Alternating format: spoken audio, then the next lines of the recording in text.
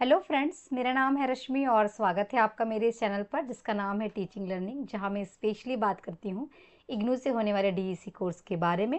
और फिलहाल मेरी सीरीज़ चल रही है यहाँ पे, आपको पता है, आपके अपकमिंग एग्जाम्स प्रिपरेशन के लिए, जिसमें मैं आपकी बुक से आपको फ़िलहाल थ्योरी पढ़ा रही हूँ ताकि आपको पता हो कि आपकी बुक में क्या दिया है, क्या आपका सिलेबस है, कितने ब्लॉक हैं, उनमें कितनी यूनिट्स हैं और क्या टॉपिक्स हैं जो आपको पढ़ना होता है। क्योंकि सिर्फ क्वेश्चन सॉल्व करने से आपका एग्ज़ाम पास नहीं होगा, या हो सकता है कि आप उतने नंबर ले आए जितने में आपको पास होना है, बट अच्छे रिजल्ट के लिए आपको सब कुछ पढ़ना होता है। ठीक है, तो जो मैं आपको पढ़ा रही हूँ, मेरी इस सीरीज़ में मैंने डीईसी 1 के जो आपके 7 ब्लॉक में 33 यूनिट्स हैं वो पूरी पढ़ाई हुई है। आपके 7 ब्लॉक को, जो आपके 33 यूनिट्स हैं उनको 7 ब्लॉक में डिस्ट्रीब्यूट किया गया है। 7 ब्लॉक की 7 अलग अलग क्लासेस अवेलेबल हैं। उसकी पूरी प्लेलिस्ट मैंने बनाई हुई है, आप जाइए उसको देखिए। समय कम हो तो आप स्पीड बढ़ा के देखिए, पर देखिए ज़रूर। शॉर्ट नोट्स बनाते चलिए ताकि आपको एग्जाम्स प्रिपरेशन में ईजी हो। लास्ट मोमेंट पे शॉर्ट नोट्स ही काम आते हैं। नेक्स्ट थिंग, डीसी 2 के भी हमारे पिछले 6 क्लासेस आ चुकी हैं, 6 ब्लॉक की। आज हमारा 7वां ब्लॉक चल रहा है, जिसमें हम आज पढ़ेंगे बचपन की सामान्य बीमारियां, उनके रोकथाम और उनका प्रबंधन। क्रमांक 1 पढ़ेंगे आज। ये जो है ना, ये है नंबर इसका 1। ठीक है, इसके 2 पार्ट है, सेकेंड पार्ट सेकेंड यूनिट पे है। ठीक है, तो इसका हम पार्ट 1 आज पढ़ेंगे और पार्ट 2 नेक्स्ट क्लास में आपको देखने को मिलेगा।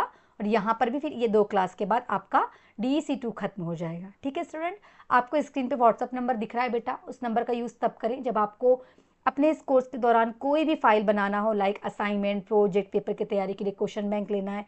सभी चीज़ें हम मिनिमम प्राइस में हाई क्वालिटी कंटेंट अवेलेबल करा रहे हैं बच्चों को। हाथ से बनी हुई कोई भी फाइल हम सेल नहीं करते हैं, पहले भी मैंने बताया हुआ है, हर वीडियो में बताती हूँ।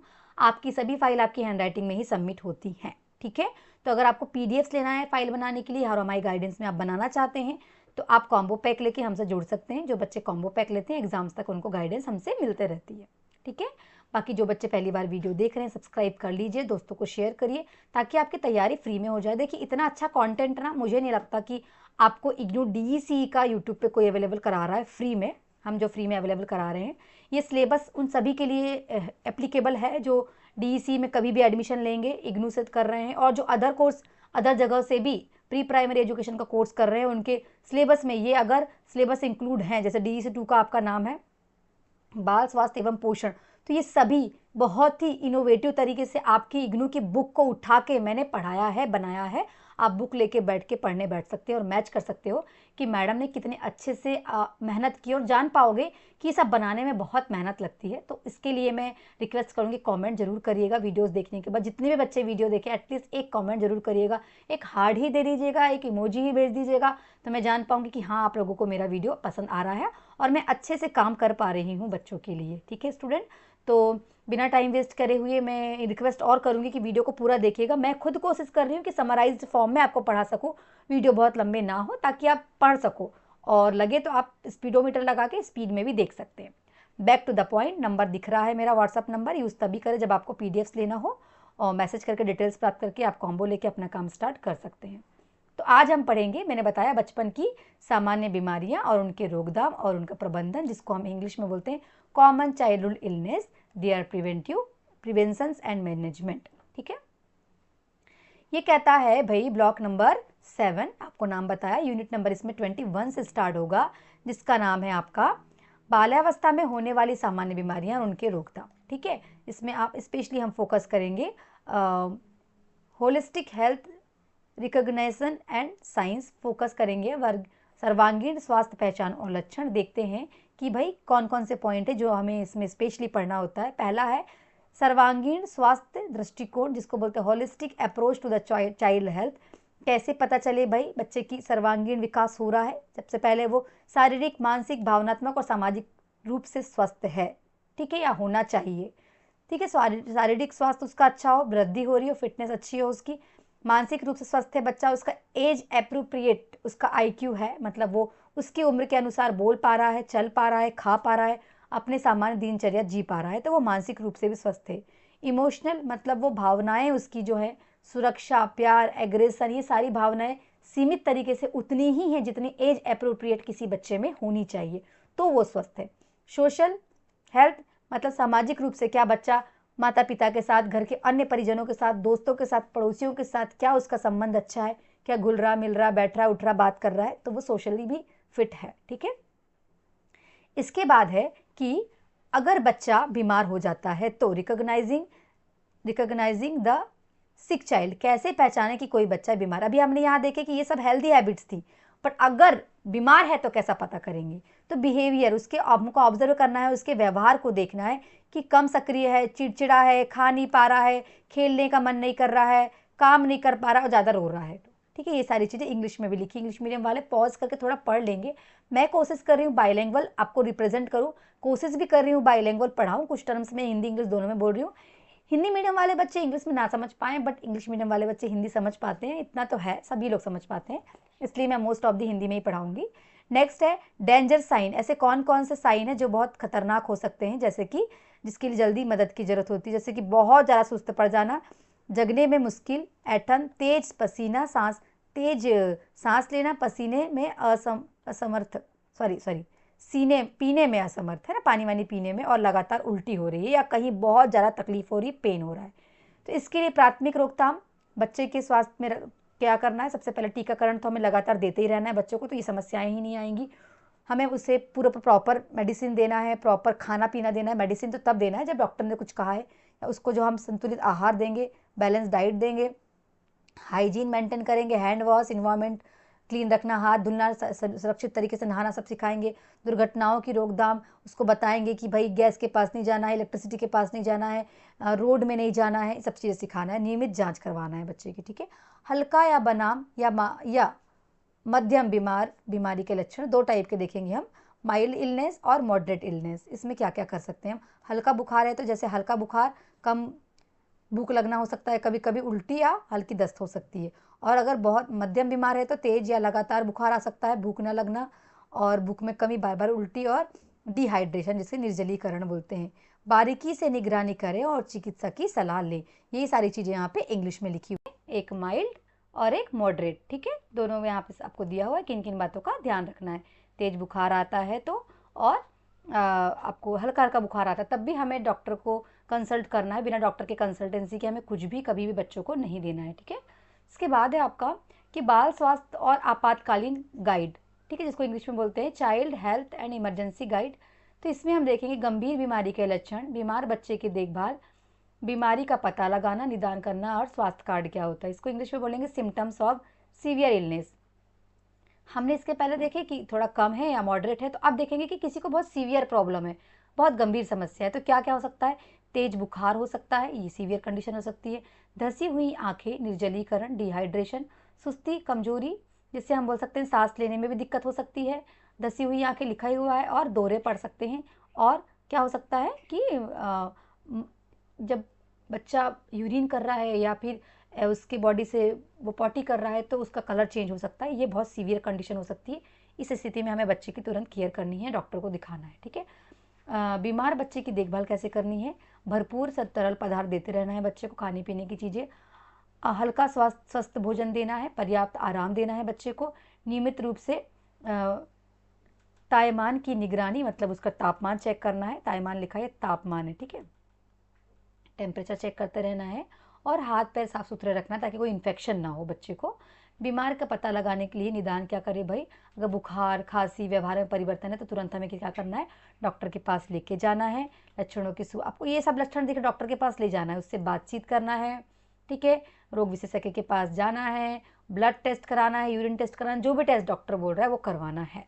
ठीक है, इसके बाद है स्वास्थ्य कार्ड बनाना। हेल्थ कार्ड सभी स्कूल्स में भी होता है और आंगनवाड़ी वगैरह में छोटे बच्चों के लिए होता है, वो होना ज़रूरी है ताकि इससे पता चल पाए कि बच्चे में क्या कमी है, क्या ज़रूरतें हैं, स्वस्थ है कि नहीं, सारी चीज़ें है ना। फिर है refer child to the hospital. अगर बहुत ज़्यादा कंडीशन ख़राब है तो फिर हमें क्या करना है, बच्चे को तुरंत हॉस्पिटल ले जाना है। अगर लक्षण बहुत बेहोशी के हैं, या उसको लगातार उल्टियाँ आ रही हैं, दस्त आ रही है, या बहुत ज़्यादा डिहाइड्रेशन हो गया है, ठीक है, या फिर उसको बहुत ज़्यादा कहीं गंभीर दर्द हो रहा है, या फिर कहीं कुछ ब्लीडिंग हो रही है। ठीक है, इसके बाद ये सब बातें हमें घर पे भी ध्यान रखना है, और अगर हम स्वास्थ्य केंद्र चाइल्ड सेंटर्स चला रहे हैं तो वहाँ पर भी ध्यान देना है, as a teacher, as a parent. ठीक है, इसके बाद है बीमार बच्चे की देखभाल और बीमारी के प्रसार की रोकथाम। सबसे पहले है फॉलोअप लेना है भाई, बच्चे को देखना है कि नियमित चिकित्सक जांच और फॉलोअप लेना है कि क्या दिक्कत है उसको, डॉक्टर से बात करते रहना है, उसके प्रॉपर चेकअप करवाना है, ठीक है। उसके बाद गाइड, बच्चे की देखभाल पर माता पिता और का मार्गदर्शन और सलाह दें, ठीक है। अगर डॉक्टर हैं या हम टीचर हैं तो हमें लगातार पेरेंट्स से बात करते रहना है, बच्चे को क्या समस्याएं होती हैं, क्या लगातार होती हैं, जो भी उनका रिकॉर्ड है हमें मेंटेन करके रखना है, ताकि हमारे वो काम पड़े, डॉक्टर के भी काम पड़ता है और जो टीचर है उसके तो काम होना ही है, ठीक है। अगर बच्चे बीमार हैं तो फिर भावनात्मक जरूरत, जैसे उसे प्यार से बात करना है, उसको पॉजिटिव रखना है ना, उससे प्यार, आराम, दुलार देना है, आश्वासन देना, साथ में मिलकर अच्छी अच्छी समय बिताना है, कहानियाँ चुटकुले सुनाना है, खेलना है, ठीक है। उसके साथ बीमार बच्चे की भावनात्मक जरूरत जो मैंने अभी आपको बताई वही है। उसके बाद है बीमार बच्चे का अन्य लोगों पर प्रभाव। अगर बच्चा घर में बीमार है तो हमें घर में क्या करना है, बहुत पॉजिटिव माहौल रखना है। अगर आप परेशान हो रहे हो तो बच्चा भी उससे परेशान हो सकता है। अगर लगातार किसी फैमिली में लड़ाइयाँ हो रही हैं तो भी बच्चों पे उसका असर पड़ता है। चिड़चिड़ापन है, अच्छे से बात नहीं करना, या कोई बीमार है, या माँ उदास है, या पापा उदास है, या घर में कोई भी समस्याएं हैं तो बच्चे उससे बीमार पड़ सकते हैं। तो इन सब बातों का भी ध्यान रखना है। देखभाल करने वाले के लिए बढ़ा हुआ तनाव और थकान, ये सब भी बच्चों को प्रभाव कर सकते हैं। देखिए लिखा हुआ परिवार के सदस्यों की चिंता, है ना, परोपकार, ये सब बच्चों पे असर करते हैं, ठीक है, सारी चीज़ें। इसके बाद है बच्चों को बीमार बच्चे की से अलग रखना। अगर हम सेंटर चला रहे हैं ना, प्री प्राइमरी केंद्र की बात कर रही हूँ, या घर में अगर कोई बच्चा बीमार है तो उसको हेल्दी बच्चों से दूर रखना है ताकि संक्रमण ना फैले, ठीक है। यही सारी बातें यहाँ पे लिखी हुई हैं कि हमें सिक बच्चे को अलग रखना है, हेल्दी बच्चे को अलग रखना, सेग्रीगेट करना, उसके कपड़े, उसके खाने पीने की चीज़ें सब अलग रखना है ताकि संक्रमण ना फैले, ठीक है। इसके बाद है गैस्ट्रोइंटेस्टाइनल रोग, जिसको हम बोलते हैं कि हमारे आहार तंत्र से संबंधित बीमारियां या विकार, जिसको हम बोलते हैं कॉमन गैस्ट्रोइंटेस्टाइनल डिसीज। तो इसमें मेन होती हैं कब्ज, ठीक है, डिसीज कब्ज, दस्त, हैजा, पैचिस और टाइफाइड। जब किसी को कब्ज होता है तो उसको जो पॉटी जाने में दिक्कत होती है, या पॉटी की जो मल है वो निकालने में थोड़ी समस्या आती है, ठीक है। इसके बाद उसका कलर देख के भी हम आइडेंटिफाई कर सकते हैं कि उसको कुछ दस्त है तो कलर से पता लगा सकते हैं कि किस प्रकार का है। डॉक्टर ही कंसल्ट कर, डॉक्टर पूछते हैं किस प्रकार की पॉटी हुई, क्या कलर है, वो सब, ठीक है। तो पानी जैसे मल निकलता है, पेट में दर्द होता है, ठीक है, ये होता है। हैजा में लक्षण क्या है, हैजा के गंभीर चावल जैसा पानी, चावल के पानी के जैसे दस्त निकलना, ये सारी समस्याएं। पैंचिस में खून के साथ दस्त या मरोड़, और टाइफाइड में सर में दर्द, और यहाँ पे स्टमक में दर्द और पेट में दर्द, सारी समस्याएं हो सकती हैं, ठीक है। अब अगर कब्ज हुआ है तो उसका संक्रमण अंग कौन सा है, बड़ी आंत या कोलन, जिसको बोलते हैं लार्ज इंटेस्टाइन या कोलन। इसका कारण हो सकता है कम फाइबर वाला खाना खाना और कम पानी पीना। इसका उपचार के लिए फाइबरस फूड लेना है, हमको ज़्यादा पानी पीना है, और रोकथाम के लिए संतुलित आहार लेना है। दस्त है तो छोटी आंत आपकी असर कर सकती है। छोटा आंत जो है वो संक्रमण अंग है, इन्फेक्टेड पार्ट है। इसमें आपको हुआ होगा संक्रमित भोजन या खाना खाने से। इसके लिए आपको लगातार ORS, जिंक वाला पानी, ये सब पीना है, और स्वस्थ हाथ रहना है, प्रॉपर हाइजीन मेंटेन करना है, अच्छा खाना पानी पीना है, ठीक है। हैजा हुआ है तो ये आपका स्मॉल इंटेस्टाइन, छोटी आंत, इसके लिए प्रभावित होगी। इसके लिए विब्रियो कोलेरा नाम का एक बैक्टीरिया है, वो आपके खाने में आ गया है गंदे खाने पानी से। इसका उपचार करना है, ORS लगातार देना है, और एंटीबायोटिक्स लेना है आपको। सुरक्षित पानी टंकी का और सेफ पानी पीना है आपको, ठीक है। पैंचिस हो गई है तो बड़ी आंत अब प्रभावित है। इसमें सिलिगो बैक्टीरिया परजीवी आपके शरीर में आ गया है। इसके लिए विशिष्ट दवाइयाँ दी जाती है, और भोजन पानी भी स्वस्थ लेना होता है।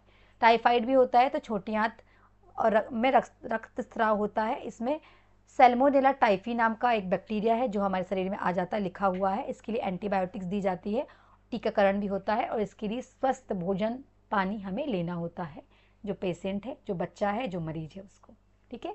इसके बाद है आहार से संबंधित संक्रमण। ये संक्रमण परजीवियों के कारण भी हो जाता है, ठीक है।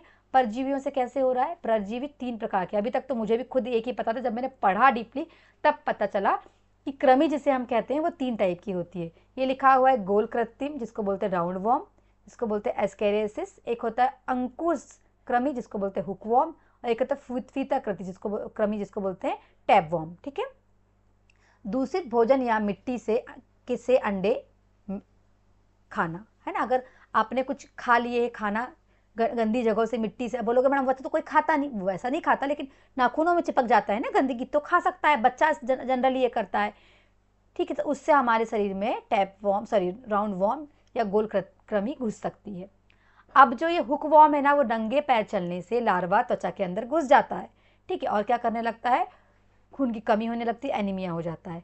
जब गोल कृमि हमारे पेट में जाती है तो पेट दर्द होता है, पोषण की कमी होती है, क्योंकि पूरा न्यूट्रिशन तो यही खा जाती है, ठीक है।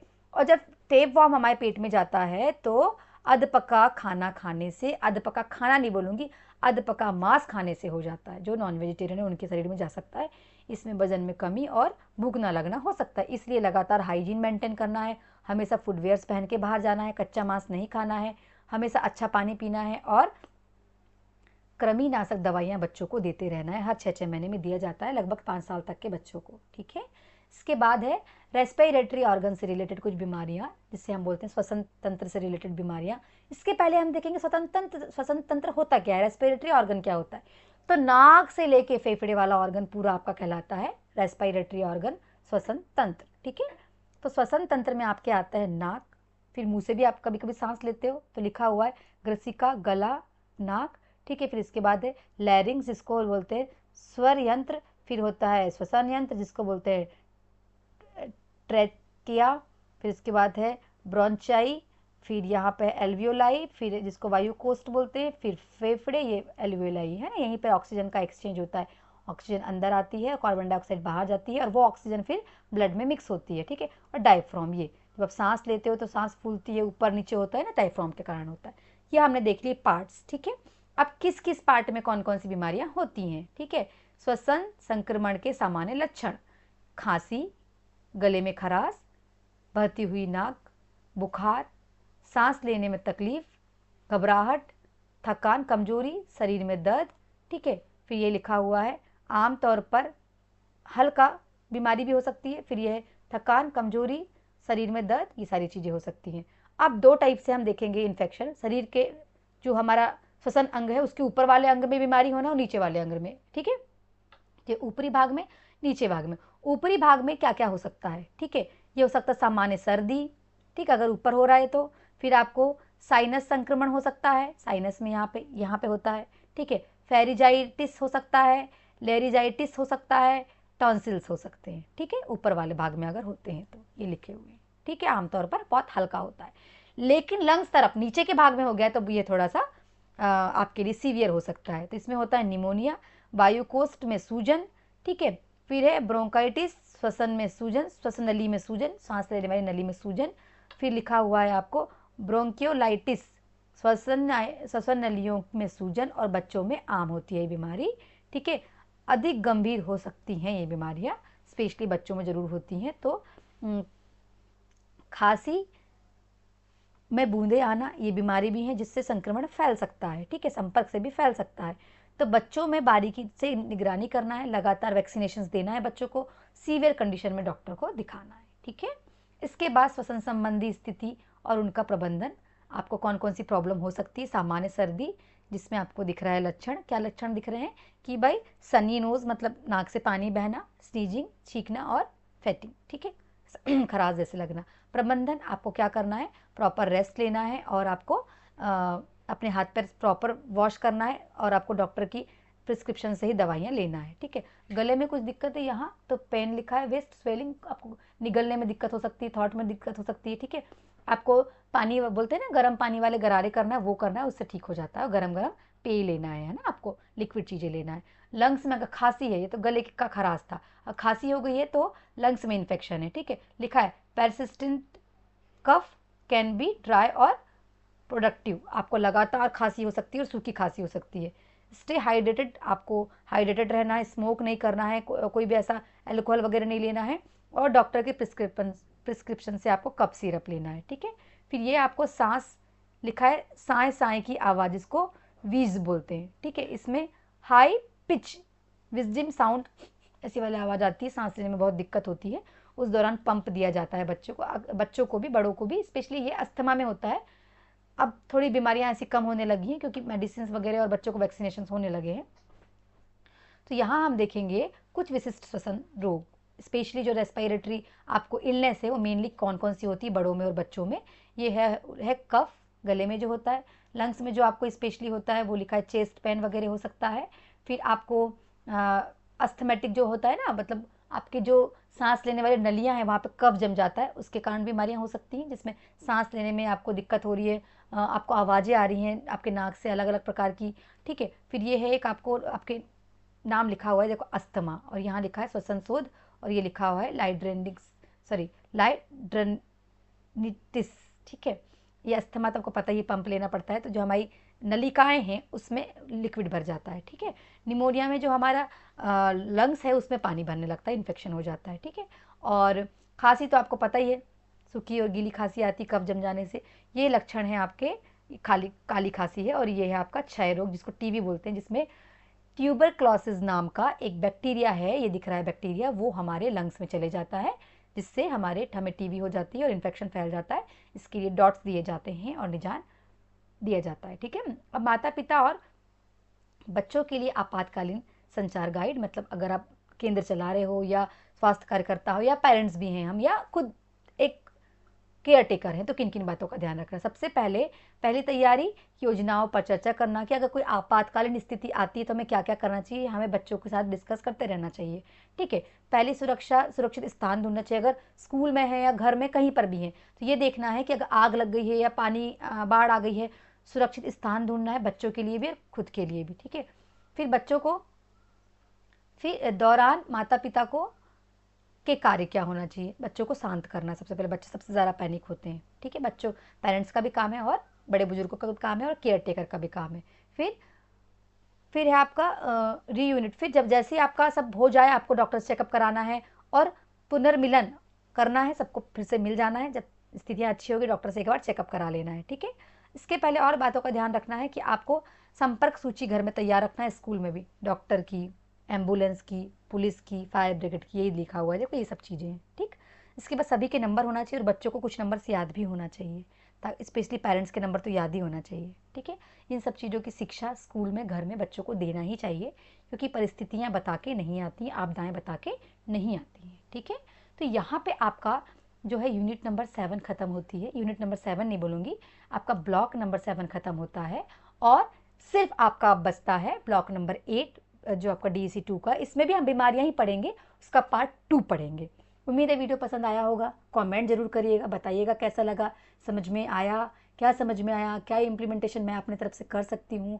दोस्तों को शेयर करो, प्लेलिस्ट बना दी हूँ टीचिंग लर्निंग में, रश्मि पटले पे जाके प्लेलिस्ट में चले जाना, वहाँ एक साथ सारे वीडियो मिल जाएंगे, आपको ढूंढना ही नहीं पड़ेगा यहाँ वहाँ, तो आपकी तैयारी अच्छे से हो जाएगी।